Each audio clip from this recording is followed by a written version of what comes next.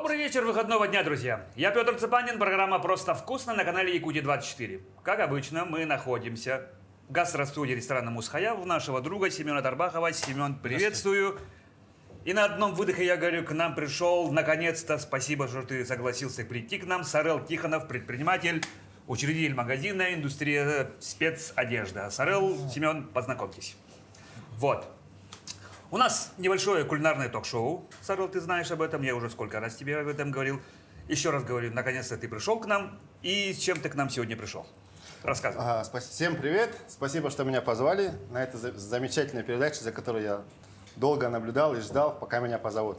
И вот, наконец, этот момент случился. И он начинается с того, что я хочу познакомить наших дорогих зрителей с таким замечательным девайсом, Вот как камера, да, общая камера здесь. афганский казан он называется. Мы его называем казанский афган. Хорошо. Среди друзей. Если кратко, то данный казан изготовлен пакистанской фирмой для пакистанских товарищей и вот был завезен к нам как оригинальный такой девайс, посуда на кухне. Он не только полезен на кухне, но он может даже, в нем даже можно ничего не варить, просто поставить на полку, он очень красиво будет смотреться. Я помню, будучи во Франции, в замках Луары, наблюдал их кухни, где там стояли медные, очень эффектные такие посудины, сотейники, кастрюли. Ну и вот, короче, для чего он нужен был? Потому что он же состоит из 3 частей. Сам казан, значит, крышка и зажиматор. Как, вы, наверное, помните, была такая советская посуда, скороварка называлась. Она запиралась, закручивала, так выглядела так фантастически, космически, блестящая такая. Да-да, с такой длинной ручкой. Да, да. И в ней еда, она варится в своем микроклимате под давлением. Ну и там есть клапана.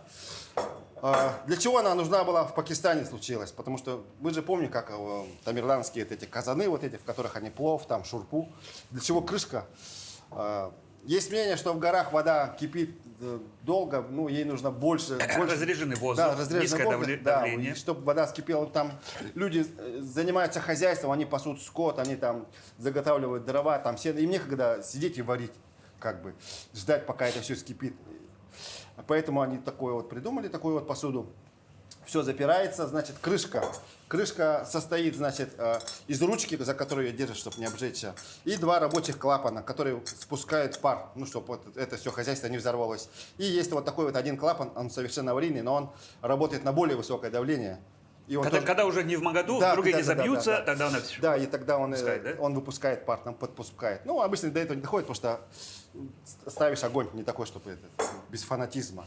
И я хотел сказать, что много подделок, беспопулярная, и поэтому надо внимательно смотреть, где покупать и что покупать. Вот. Есть 5-литровый, начиная от 5-литровых и кончая там 16-литровыми. В данном случае это казан на 8 литров считается номинально. Ну, тут, конечно, меньше, тут вот до краев не надо наливать, потому что это чревато. А продукты могут забить вот эти клапана, и он там, короче, будет не так вариться, неправильно начнет вариться, и может случиться авария нечаянно. И я еще хочу сказать, что у покупного, вот у фабричного, там у них с материалами немножко, с полимерами немножко трудно, видать, в Пакистане. Все-таки страна развивающаяся, у нее все впереди. Они используют тут резину, она такая оранжевая такая, ну, она... неприятно пахнет, может неприятно пахнуть и не очень хорошо прижимать. Поэтому она заменяется на такой силиконовую, которая за 200 рублей или 300, не помню, покупается дополнительно. И вставляется сюда уже. То есть это российская уже разработка? Да, как себе домой. Ноу-хау, короче, да. Она гибкая, она без цвета и запаха.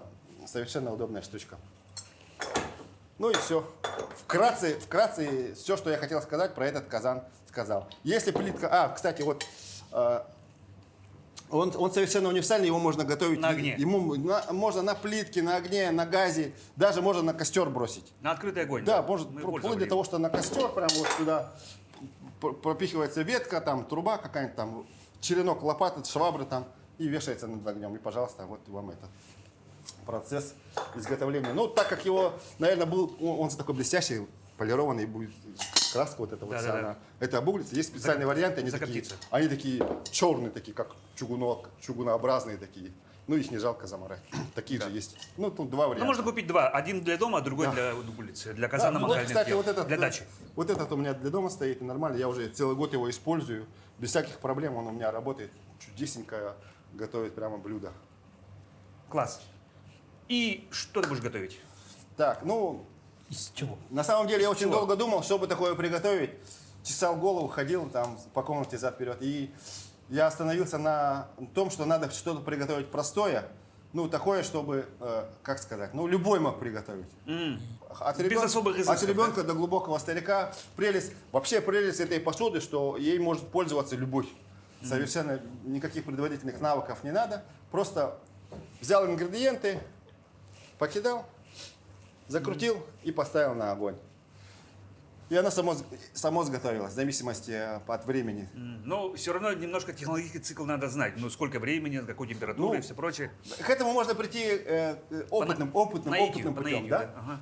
Сегодня так получилось, ты думаешь, ага, в следующий раз надо подержать подольше Надо вот так. или поменьше. Потому что я один раз немножко проявил фанатизм, подержал подольше, и у меня лук, перец, морковь, оно все растворилось и превратилось в такое. Всегда другая. супец. Все-таки это не обычная кастрюля, это все-таки варится под давлением. Оно такое, ну там, своя микроатмосфера такая у него получается, и продукты варятся по-другому. И это все превратилось в такое некое пюре. Тушенку. Да, ну такое вот. Мясо, оно разварилось вообще в это, в смерти. Короче, да, но я потом... Я подумал, рассказывал, слышал истории, да, гуся положили на 2 часа, потом открывает, костей нету даже. Вообще все пропало. Да, особенно вот баранина она такая, Да, вообще да. она прямо вот Жирного гуся одни положили. костяшки. Вот он такой, даже вот его в Ютубе рекламируют, такой, что он может разварить даже кости. Да. И он замечательный для того, чтобы, вот если нормальное, хорошее, мягкое мясо, ты его покрошил и пожарил, раз, и пожарил, и съел нормально. А если такое мясо, знаешь, такое жесткое, такое прямо, Понятно. как подошва, да, какое-то там, откуда-то, ну не вырезка там, а где-нибудь там поближе к копытам, где-то там, на ногах, может, где-то вот это вот. А гуски вот эти вот сложил, или там на ребрах там жилистый такое что-то. Сложил, и оно потом выходит оттуда, от костей оно прямо отходит, прямо вот так. Каждое волокно, вот это вот все. Слушай, ну, уже хочется, чтобы не терпится, Да, чтобы ты давайте уже начал приступим. делать. Да. Так, Время, ну время вот, у нас не резиновое, ну, как да, обычно да. мы говорим. А мы думаем, чем его заполнять будем? Да-да-да. Блюдо очень простое, очень простое. С чего мы начнем? Нам нужен лук. Лук. На дно этого казана что-то Не уложим на дно. мы положим сверху, да? Ну, вот такими кольцами, головашками такими. Ну, так как в чем еще фишка? В том, что продукты долго готовятся. Еще маслица можно, да? Вот это. Чуть-чуть буквально, ага, так. Есть оливковое, ну, Не-не-не, оливкового не надо. обычное. Да. Буквально столовую ложку, да? Да, буквально 1-2 столовые ложки, так, чисто для этого. Чтобы не прилипло. Как бы, да, для старта, что ли. Для смазывания такое. Можно и не наливать его, кто на диете, там, лишний жир не хочет там себе нагружать. Нет проблем. Да, вот так выкладываем лук. Так. И Всё, потом, и потом уже мясо, да? Просто берем, выкладываем там без всяких, ага. Да, вот так оно на дне лежит. Так, а можно даже, смотри, такой взять и в камеру показать. Да, просто вот так делаем такой некий ковер из лука. Фундамент, да? Фундамент. Как Да, сегодня да, говорили, да. человек готовил тоже. Первый этаж. Чеснок, да? Можно. Сейчас мы мясо уложим, и оно будет сверху на него сыпаться вот так. И обдавать его. Кстати, вот это вот мясо. Я супруге никаких заданий не давал, но она приготовила мне мясо и сделала такую вот обмазку из горчицы. Ну, я думаю, мы ее не будем ругать, но пускай будет так, ладно. Чуть замариновала. Да, как бы, ага, да, есть элемент замаринования. Можно не мариновать, в принципе, можно мариновать. Тут дело вкуса. Потом можно будет его еще немножко лучка. Все делается по вкусу, нет никаких там каких-то развесовок, грамм того, грамм этого. Просто все, кидай, вот так. Это Все, всё. да, сюда кидай. Какая-то часть лука, она в процессе готовки разварится, да, и превратится просто в такой сладкий сок. Следующий этаж. Картошка. Картошка. Все давайте дружно за картошкой Да, возьмем. есть маленький ножичек? Маленький ножичек, ну вот такой. А якутский возьми. На, возьми вот это, я вот якутский возьму. Всю чистим? Да, пожалуй, она влезет, ага. Лезет, да? Нормально, ага. Сейчас еще на чистка что-то уйдет. Да. Чистую сюда, а потом я ее помою. Слушай, Сарел, я-то знаю тебя, да, давно. Расскажи немножко о себе. Все-таки это традиционный вопрос, который я всегда всем задаю. Чьих будешь, откуда родом и как дошел до того, что ты сейчас бизнесмен? Но если коротко, то я родился в Нюрбе. У меня родители там родились, значит. И когда мне был 1 год, они решили сменить свое место жительства и переехали в город Якутск. Отец всю жизнь работал по линии торговли в Холбасе. Занимал там ведущие должности, ездил по районам поднимать торговлю, так сказать. Ну и мы тоже как семья вместе с ним везде ездили. Мы жили в Верхневилюйске, в Барагонцах какое-то время жили. Так что мы и я и с городской жизнью знаком, и с сельской. А сам себя каким считаешь тогда?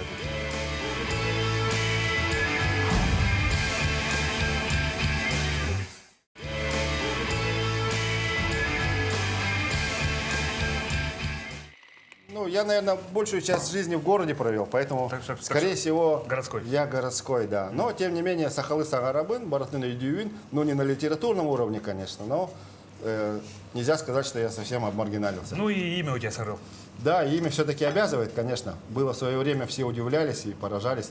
Было очень редко, ну, какие-то отдельно уникальные личности, они давали своим детям якутские имена. В основном у всех были русские имена. Это было очень диковинку. Это вот сейчас все стали якутские имена называть и даже в паспорта вписывать. Тогда такого не было. Были советские люди. Я картошку пока помою.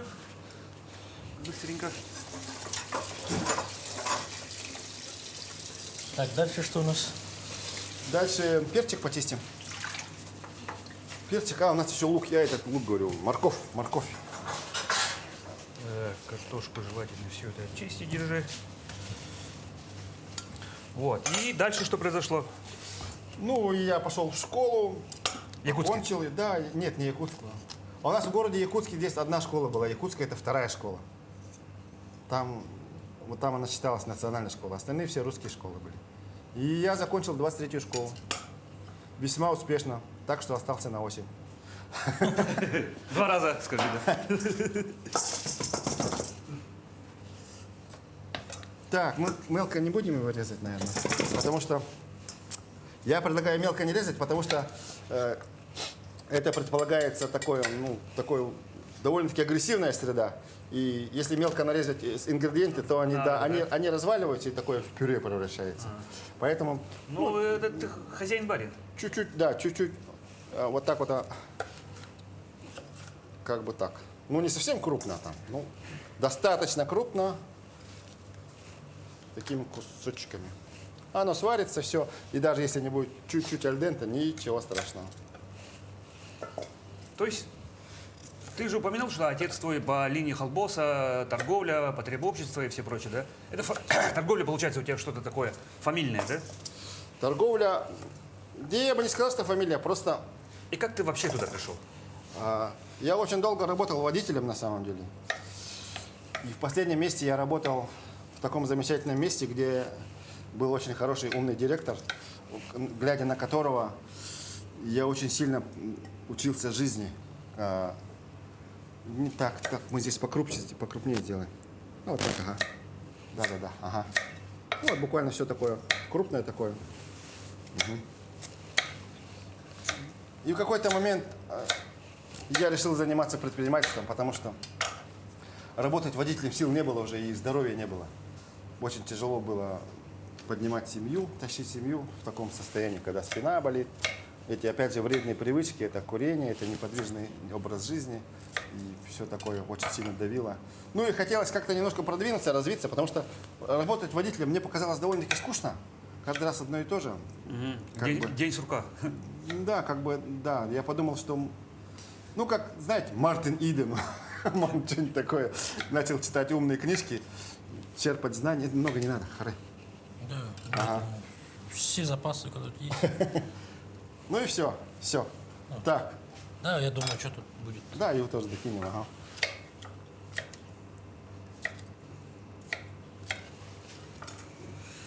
И один раз случайно я прочитал книгу, ну, она мне просто, я так подумал, что этот Всевышний, он мне ее прямо подсунул. Ну, видит, что человек что-то хочет. Я уже готов был, я уже был на взводе, можно сказать. И она мне случайно попала, там какой-то парень сидел на экране, читал эту книгу. Я говорю, а что это такое? И прочитался. И начал читать, и меня прямо туда, в экран. И я эту книгу потом... И у тебя...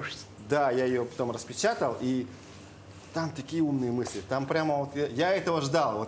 Вот как этот Ленин же сказал революционерам, давайте возьмем власть, все поменяем. И также у меня вот как у этого, да, сейчас мы добавляем, Лаврушку? да, лаврушку. Что-то поменялось. Я от И я себя, подумал, да, что надо стать себя предпринимателем. добавлю. Предприниматели. Да, и как-то с тех пор, ну, когда уже становишься на какие-то рельсы, где-то получилось, где-то не получилось. Короче, главное захотеть. Главное, Масло? да, масло. Ну, буквально ложку столовую нам хватит. Так, и соль, и перец. Соль и перец. Да. Хорошо. Совершенно простые ингредиенты. Мы тут...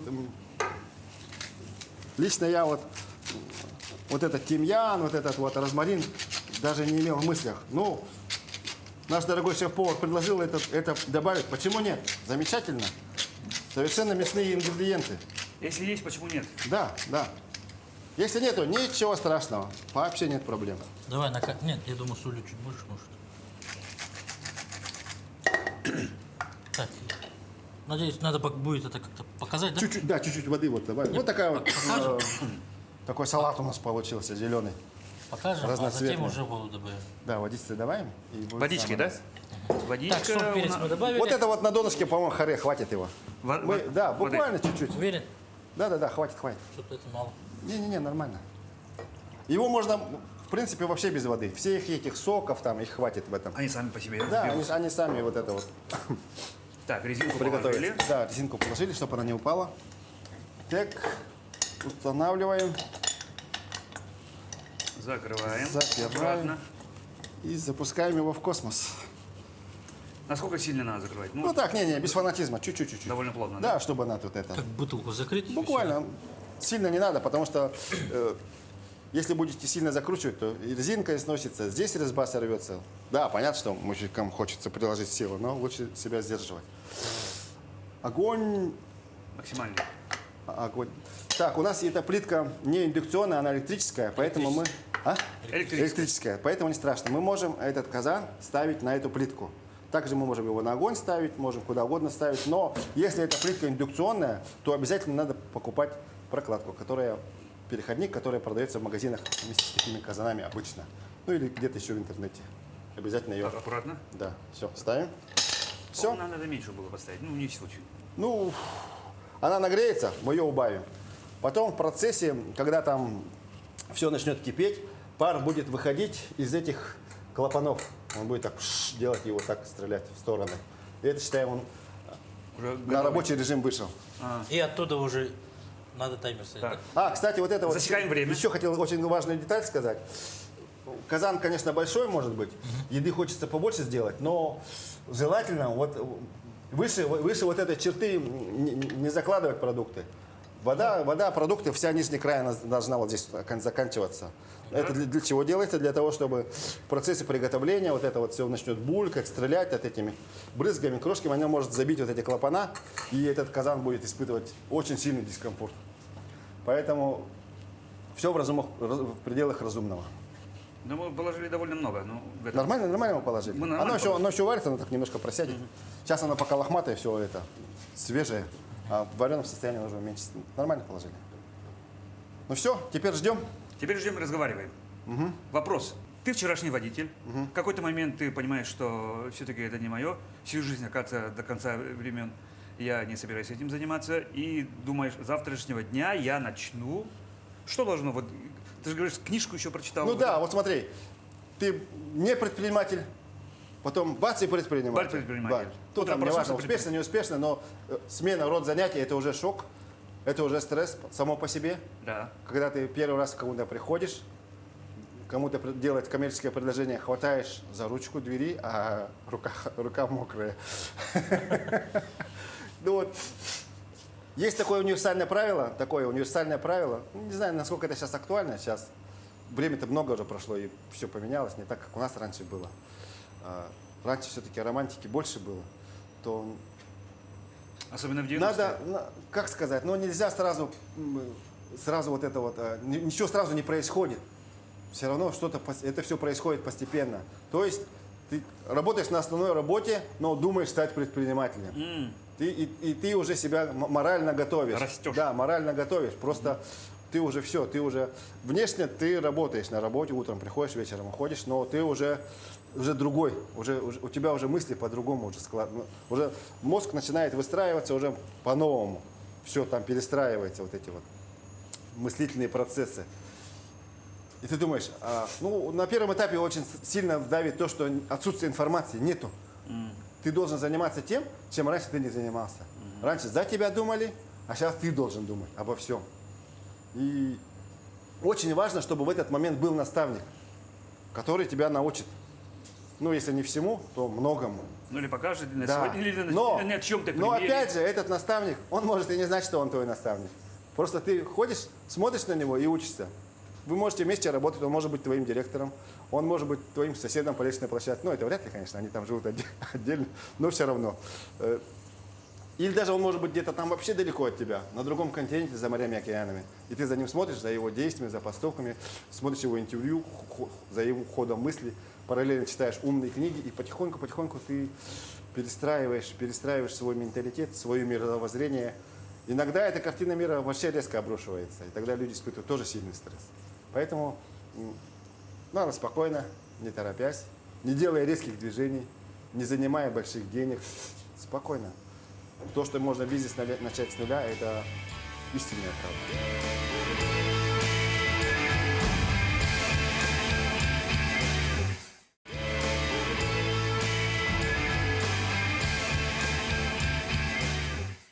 Вот, мне сказали, что прям любишь смотреть YouTube-каналы именно кулинарные, да? Да, есть такое. Вот что интересно, вот я люблю смотреть, как работают другие люди. 3 вещи можно смотреть бесконечно. Шучу.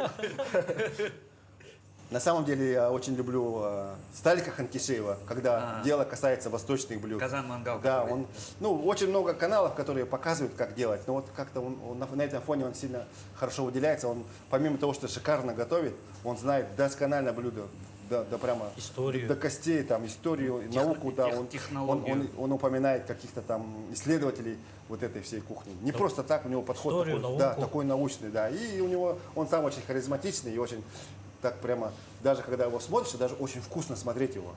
Когда он, например, варит шурпу или там плов. Один раз он вышел во двор и там слепил из кирпичей буквально как в очаг, и потом на него поставил казан и приготовил роскошную шурпу. Это было просто божественно. Просто. Опять же, есть другой там русский парень из Питера, как его, Обломов. Тоже хорошо готовит, тоже здорово. Шутка. Ну, сначала мне не понравился, но потом он как-то так разошелся и так здорово стал готовить тоже. А вот, если так отойдем, у тебя есть вообще разделение мужской и женской кухни? Как ты вот вообще думаешь? Не, на самом деле нету. Потому что, ну, может быть, вот эти вот какие-то кондитерские изделия, какие-то сладко-вкусные вот это изделия, они, эти тортики, может быть, какие-то, может быть, там, пирожные, может быть, да, более как-то да, женское, да? такое, да, когда этим начинает заниматься мужчина, то он сам начинает выглядеть как женщина, ну, так, на мой субъективный взгляд, потому что, как бы, этот род занятия, он, как бы, ну, предполагает какую-то нежность, какую-то утонченность. Ну, это не то, что мясо ты там достал, начал его резать, там, брызги, вот эти вот, да, как где-то сила нужна. В домашних условиях, да, вот дома кто больше готовит? Конечно, жена. Да? Да. И почему-то считается, что ой, мужчина хорошо готовит. На самом деле это же не трудно. Мужчина готовит по настроению. Он ничего не обязан. У него вдохновение напало, он пришел, там что-то сделал на кухне. Очень мало мужчин, ну, таких как один мой друг, который прямо вот он готовит все время. Он готов все время готовить, каждый день. Готовит и готовит. Большинство готовит, мужчин, готовит. Я, кажется, его знаю. Большинство мужчин, да, его На букву В его имя, да? Валера. Валера, да. Да. Но большинство мужчин не готовы готовить каждый день. Я смотрю иногда на жену, она говорит, ох, что бы такое сегодня приготовить на ужин, там, что бы такое приготовить, я не знаю. Но я не привередливый, я говорю, готовь, что хочешь. Можно вообще там пельмени достать и там в воде отварить, потому что если нет настроения нет никакого насилия. А вообще, конечно, это же обязанность получается, надо. Ну, да. Хочешь ты, не хочешь ты, Да, ты где-то там работал, там, ты целый день там где-то там какие-то производственные задачи решал, но ты должен домой прийти и что-то сготовить, потому что ты женщина. Ну, незавидная судьба, я думаю, этот мужчина все-таки должен всегда иногда заставлять и тоже готовить что-то, может быть, помогать, может быть, Помогать. по У хозяйству. тебя есть Почему нет? вообще коронные блюда, вот прям какой-нибудь праздник, там, на Новый год, например, там, или весной, когда лето, вот. Да, Не есть, то, есть, что есть. шашлыки, да, вот. Есть, есть. И не то, что плов, а вот именно вот там, то, что Есть. своя семья любит. И, вот. да. Ой, папа сейчас будет готовить так, да? Да, обычно это птица. Птица. Ну, или суп из дичи. Дичь. Да, дичь. Это один раз мне посчастливилось съездить на охоту на северного гуся. Ой, я хотел вопрос задать, да. Да. Как вы там со Стыгиным застряли, да? Что? Со Стыгиным, когда вы застряли? Да. Да, было Да, такое. там у него случилась накладка, как у организатора. Но мы это мужественно пережили. И нам удалось привезти каких-то гусей оттуда. И это был свой гусь, ощипанный и, ну, он как в духовке приготовлен. Ну, и там, гусь это вообще-таки серьезная птица, такая мясистая, костистая, и ее надо тоже уметь приготовить, чтобы она не пересохла, опять же, чтобы она там не сгорела, потому что ее тоже готовить надо довольно-таки в духовке долго, не просто так там засунул и забыл. Там достаешь, смотришь, там фольгой, не фольгой, там как чем-то обмазал его, может быть, там. Ну, много рецептов, в принципе. Ну вот, у меня жена за это не берется. Она может приготовить, но как-то это. Если я есть, она говорит, давай ты это, лучше и ты сделай. Да, хорошо. Да, и я это делаю. Или мы варим суп из птицы. Я ее разделаю, там косточки разрезаю на кусочки, а она катает лапшу домашнюю. И получается такой деревенский суп из утки. На Николин день. Селеем. Да. Селеем. Да, замечательно. Чисто такое исконное якутское блюдо, по-моему, Ну да. получается. Мы хорошо Слушай, торговали. еще один такой вопрос. Да, твоя сеть, ну вот твои магазины, да, как рекламщик, скажу, отличается, ну, достаточно оригинальным взглядом на рекламу, да. Расскажи немножко про это, откуда эта идея приходит? Как-то раз я, прочитывая периодику, узнал про такое явление, как партизанский маркетинг. Это когда небольшая фирма, которая не может себе позволить больших бюджетов рекламных, Объемов больших не размещений. может купить на телевидении минуты, не может билбордами весь город завешать. Они начинают действовать малой кровью и применяют всякие приемы и тактику, как сказать, партизанского толка, что ли. Но когда слишком часто... У кого-то это получается, но там, конечно, там нужен элемент таланта, элемент творчества. И элемент везения. Да, элемент как бы, ну, там должны звезды сложиться. Да. И да, ну вот у кого-то так получается, что они даже премии получают на на каких-то рекламных площадках. Серьезный вопрос задаю сейчас. Ты же приключенец, очень много ездишь где, да? Очень много где бывал, я знаю. Что не хватает Якутии, чтобы стать туристической меккой? Или хотя бы увеличить количество туристов? Не, ну увеличить количество туристов можно, конечно. Просто на самом деле это очень серьезный вопрос, требующий серьезной подготовки, потому что тут же очень много составляющих. Вот приехал турист, да, его надо куда-то спать положить. Да, нормальные гостиницы Да, должны его быть, надо нормальные дороги должны его быть. накормить надо. Безопасно да, должно быть. И,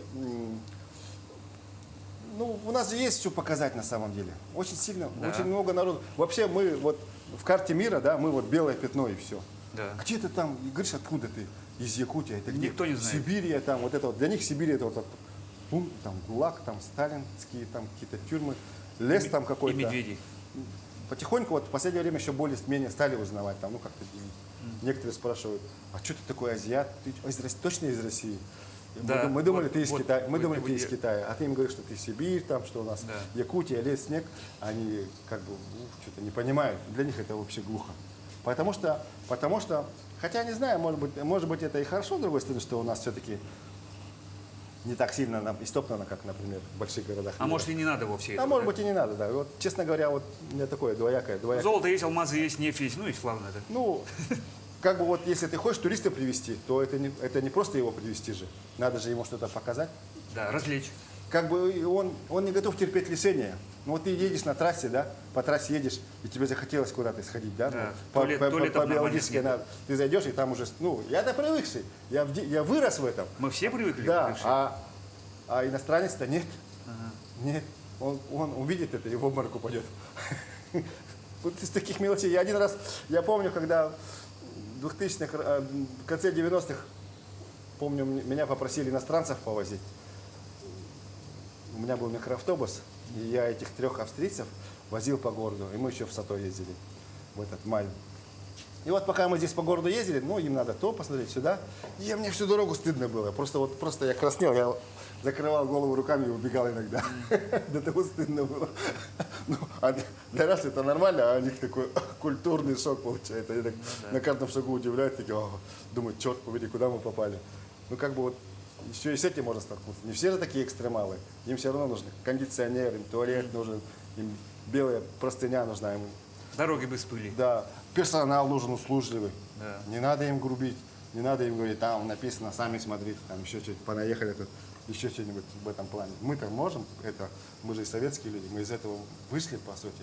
А когда ты бываешь за границей, то ты идешь, например, в Корее, самый глухой там парк какой-нибудь, вообще, он даже выглядит каким-то заброшенным, да, таким, ничего нету там, казалось бы, никакой инфраструктуры, но в конце ты находишь туалет, в нем есть вода, свет и туалетная бумага. Пожалуйста, и нигде там ничего не написано, там нигде не наделано, мимо. Все четко. Ну, не к столу сказано, конечно.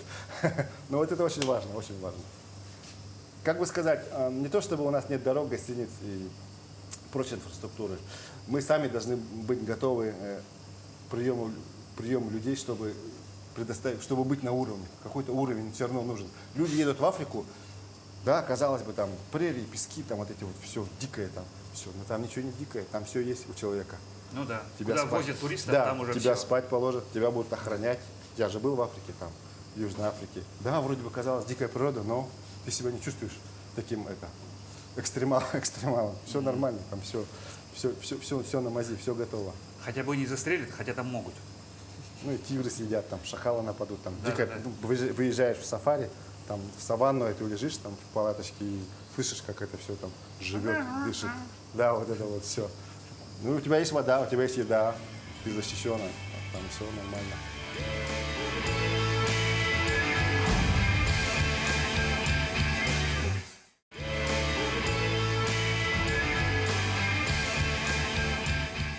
Так, а между тем у нас уже Сколько время прошло? Ух, Ой-ой-ой. У нас же мы заложили это в 15 минут. Смотри, 20 минут уже. Точнее, 20 минут пятого. итого, Итого 40 минут. шеф, как думаете? Готов. Готово? Я думаю, да. Я думаю, давайте его выключим и чуть-чуть отдадим. Да, снять с огня просто. Не, я выключу. А, Сейчас он выключить. Она же быстро постоит, остывает. немножко дойдет, минут 10, я думаю. 15 дать ему отойти от всего этого. Вот этот вот сейчас продукт, он весь истек соком, Она сама должна... этими ароматами. Да, вот. Мне самому интересно, как она сейчас будет это все выглядеть. Ну, мясо, оно же ребятник, так что оно изначально мягкое, я за мясо спокойно. 10-15 минут для мяса вот так. Я думаю, да. Ну, И, ну, это как бы варить его в кастрюле обычно или в сотейнике там где-то, это одно. А варить в таком казане, все-таки там блюдо, оно там получается такое немножко какое-то другое. Не такое, как в обычной кастрюле. Очень интересное. Вообще горячо, Другой романтики. Да? горячо рекомендую приобрести такой казан. Он должен быть в каждой семье практически. В каждой семье. Вот кастрюля же, сковородка же у всех есть. И вот такой казан может быть наряду быть со всеми. Его надо просто один раз купить, и он будет долго-долго. Его можно по наследству передавать. С ним вообще ничего не будет. Сварил что-то, снял крышку, там, вытряхнул из него еду, помыл, высушил и до следующего раза. Ну, максимум, может быть, резиночка там, это силиконовая. Но я тоже себе плохо представляю, чтобы она износилась. что с ней случилось? Да, это... Да. Р- Главное не насиловать эту ручку, не закручивать его до потери сознания, не терять эти клапана, потому что клапана съемные. Они чистятся же, да, специально? Да, их можно выдернуть и щеточкой пройтись, там, с ферри, там, его промыть. Я и вообще он слышал, будет, можно он будет как новый. воду залить, она сама там прокипятится, потом просто вылить, да? Да. А вообще, когда новый покупаешь, конечно, это же алюминий, он должен покрыться пленкой. Ну, это его, короче, легче готовить, чем чугунный. Там чугунным надо Прокаливать. прокаливать, там травой его там натирать, там еще что-то, лук в нем жарить, там, да, ну, в YouTube же есть ролики, там, ну, такой довольно-таки, там можно его перекалить нечаянно, там, ну, короче, муторное немножко слегка дело. По сравнению с этим, здесь просто надо воду вскипятить. В нем. Все, да, в нем. Для первого использования. Да, воду вскипятить, промыть, и промыть его с каким-нибудь средством, чтобы смыть это технологическое масло, смазку. Потому что когда ты его моешь, там все-таки она грязная у тебя становится. И все, потом кипятишь воду, и он, получается, готов к использованию. Стравить спустить, да? Да, у меня вот Валера, вот, когда готовил, он так просто сделал, вилку поставил и все. В принципе, там уже давление не нужно, оно просто вытравливается.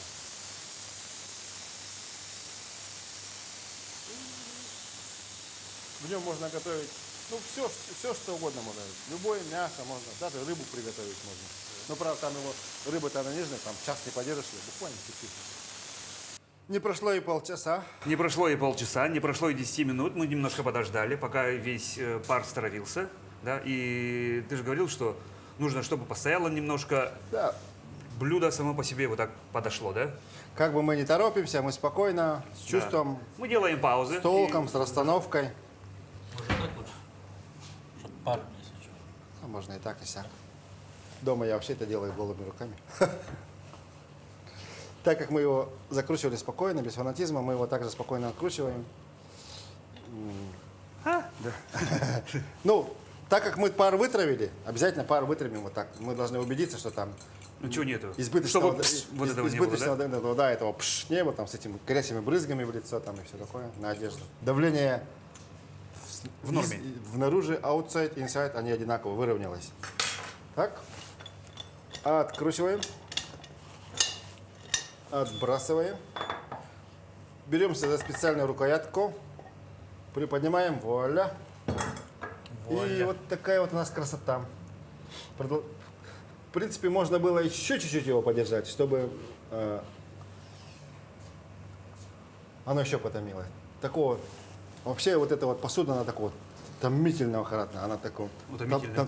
томлением таким берет, томлением таким. Томлением, да? Без скорости, без этого. Так, но тем не менее, эфирное время у нас. И надо... Понеслась.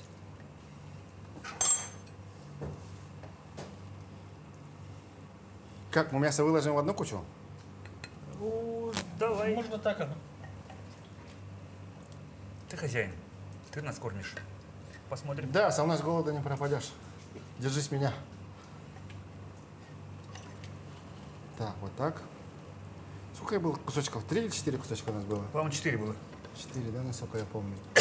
Но мы его держали нормально, недолго мы его держали, поэтому оно не успело превратиться в воду. Потому что этот казан, он такой термоядерный, что может кости разварить к чертям матерям. Превратить их в пюре. Так, вот такой у него потенциал. Доверим сервировку Семену. Не, ну просто, нет, тут не сильно, но просто свежей зелени всегда не помешает. Иногда очень важно, как выглядит блюдо. Да. Прежде чем его съесть, Так, а овощи? ртом мы его едим глазами. Да, овощи. Овощи тоже в порядке. Вооружаемся вилками. Ребята, вам тоже по вилочке. И отсюда пока. Сохранили форму, цвет, и это очень хорошо. И можно сказать, что мы его не передержали. Очень легко передержать, немножко переборщить, и тогда все блюдо теряет форму и цвет, превращаясь в однообразную субстанцию.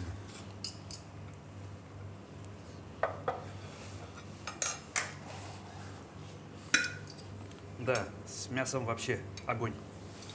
Как любит говорить Семен, пушка. Бери вилку. Я говорю, Да, ты же говоришь, любишь говорить, пушка вообще получилась. Мясо мягкое.